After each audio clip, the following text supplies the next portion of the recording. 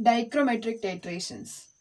Dichrometric titrations are the redox titrations which are conducted by using potassium dichromate, that is K2Cr2O7. So the oxidizing agent involved in this reaction is potassium dichromate, that is K2Cr2O7 or Cr2O7 2- ions. The oxidizing power of potassium dichromate is much lesser than potassium permanganate. Usually, this oxidizing agent works on acidic conditions. So, we use dilute sulfuric acid during the redox reaction of K2Cr2O7. So, the basic reaction of potassium dichromate is like this. Cr2O7 2-, this is works on acidic medium, so we can write H plus ions. Usually in the balanced reaction, 14 H plus ions are participated in this reaction and 6 electrons are transferred during this oxidation reaction. So this oxidizing agent reduced to Cr3 plus ions, that is here it is Cr6 plus ions, and it reduced to, and 1 Cr minus gain 3 electrons and converts to Cr3 plus, but 2 Cr atoms are here, so we can write 2 Cr3 plus, that is why here 6 ions and 7 H2O. Water will be the byproduct. This is the balanced reaction of potassium dichromate. It will be more useful if we calculate the equivalent mass of potassium dichromate. So we know equivalent mass of dichromate, or equivalent, the equation for equivalent mass is the molecular mass divided by the total number of electrons participated in the reaction. That is number of electrons, here number of electrons gained.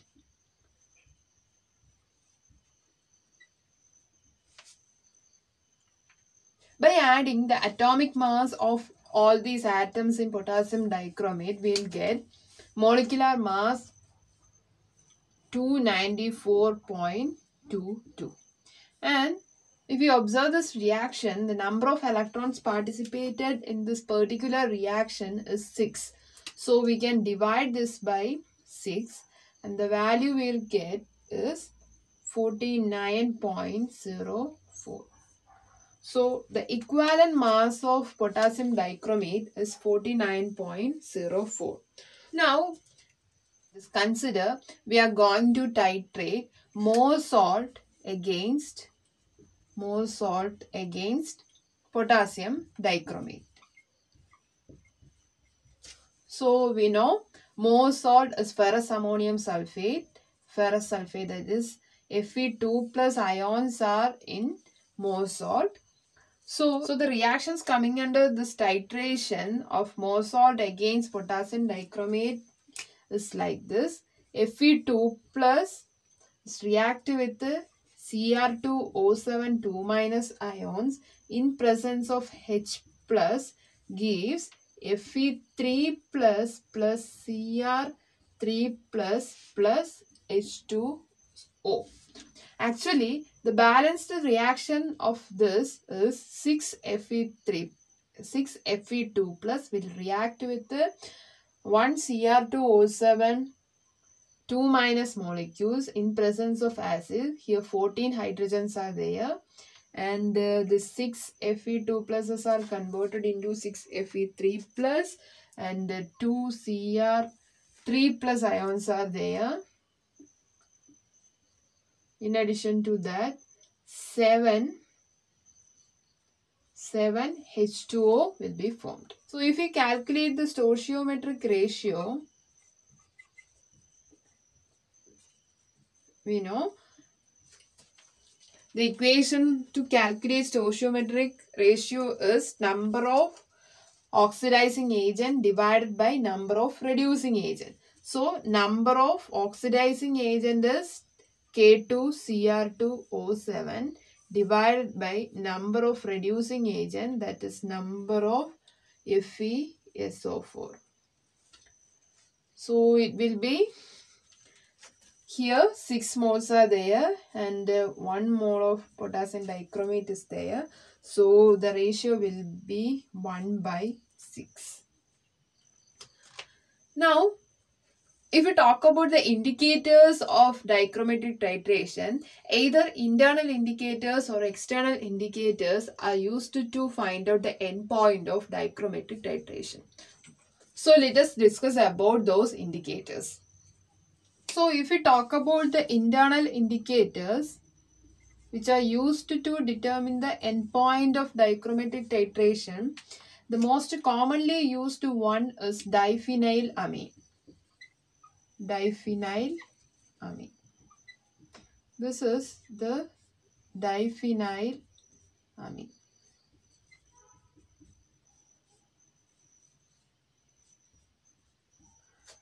This is the diphenylamine. So, this diphenylamine is used along with concentrated, few drops of concentrated sulfuric acid and phosphoric acid. So, instead of phosphoric acid, we can also use N-phenyl anthranylic acid.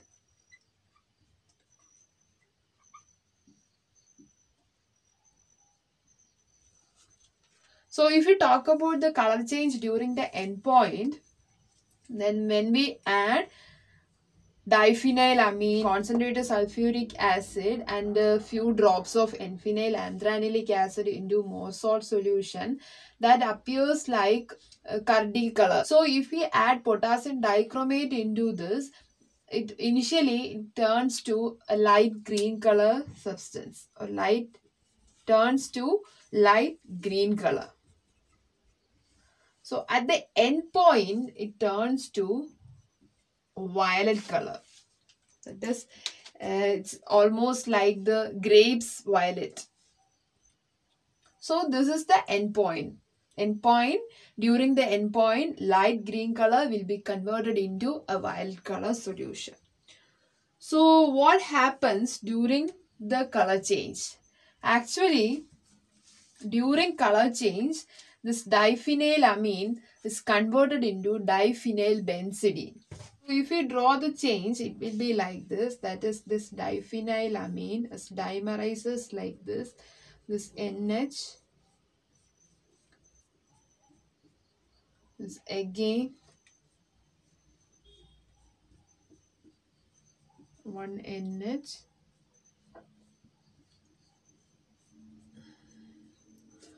Actually, this appears like a colorless substance, but it converts to NH like this.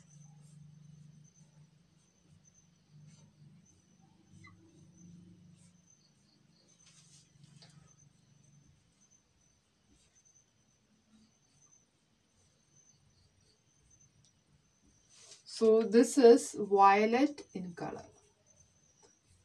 This is what happening in the indicator during the endpoint or during the conversion. And this conversion from diphenylamine to diphenylbenzidine occurs when all Fe2 plus ions are converted into Fe3 plus by dichromate ion. And one more requirement is there, that is the EMF value of this titration, or EMF value, E0 value, should be lies between the standard potential of the oxidation system and the reduction system.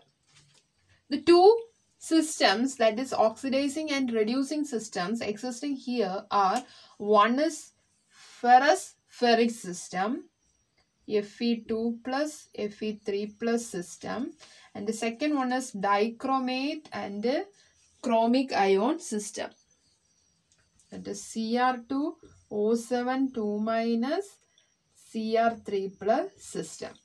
So the standard potential of Fe2 plus Fe3 plus system is minus 0.78 volt, and the E0 value, standard potential of potassium dichromate and the chromic ion system is minus 1.2 volt.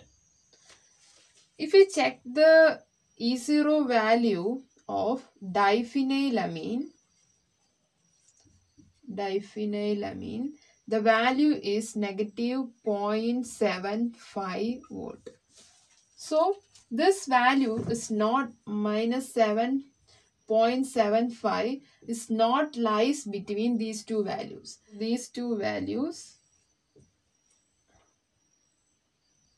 So this value is not lies between these two values. Actually, what we have to do is we have to shift the E0 value of our internal indicator in between these two systems. So to do that, we have to add an additional reagent. That is why we are adding phosphoric acid or N-phenyl anthranylic acid to diphenylamine during the titration. So when we add phosphoric acid or N-phenyl anthranylic acid to the system, the value will be shifted from minus 0.75 to minus 0.5. So it converts to minus 0.5. So now this value is in between these two systems. So this diphenylamine can be used as an indicator for this ferrospheric dichromate chromic system. Then next one is external indicators.